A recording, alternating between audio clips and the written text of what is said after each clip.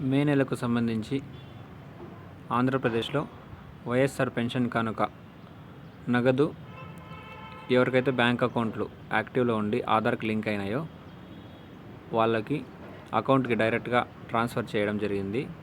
అది ఏ అకౌంట్లో అమౌంట్ పడిందని చెప్పేసి మనం ఎలా తెలుసుకోవాలంటే, ముందుగా మనం మై ఆధార్ లాగిన్ అని చెప్పేసి గూగుల్లో సెర్చ్ చేయాలి.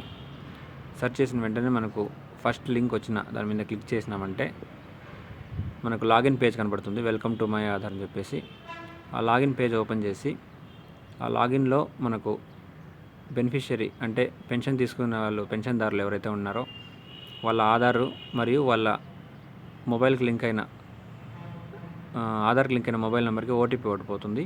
ఆ ఓటీపీ కూడా ఎంటర్ చేసినామంటే మనం లాగిన్ అయిపోతాము. లాగిన్ అయిన తర్వాత మనకు కింద సర్వీసెస్లో కింద బ్యాంక్ సీడింగ్ స్టేటస్ అని చెప్పేసి ఒకటి కనబడుతుంది. ఆ సర్వీస్ ఓపెన్ చేయాలి. ఆ సర్వీస్ ఓపెన్ చేస్తే మనకు ఏ బ్యాంక్ లింక్ అయిందని చెప్పేసి మనకు తెలుస్తుంది. ఇక్కడ ఒకసారి చూసినారంటే నేను చెక్ చేసిన ఆధార్కి ఇండియన్ పోస్ట్ పేమెంట్స్ బ్యాంక్ అనేది లింక్ అయింది. అంటే ఇండియన్ పోస్ట్ ఆఫీస్ బ్యాంక్ అకౌంట్లో అమౌంట్ అనేది జమ చేయడం జరుగుతుంది.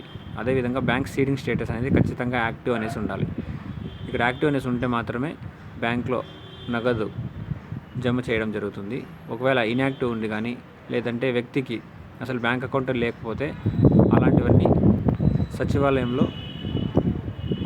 సచివాలయ సిబ్బంది ద్వారా నగదు పంపిణీ చేయడం జరుగుతుంది.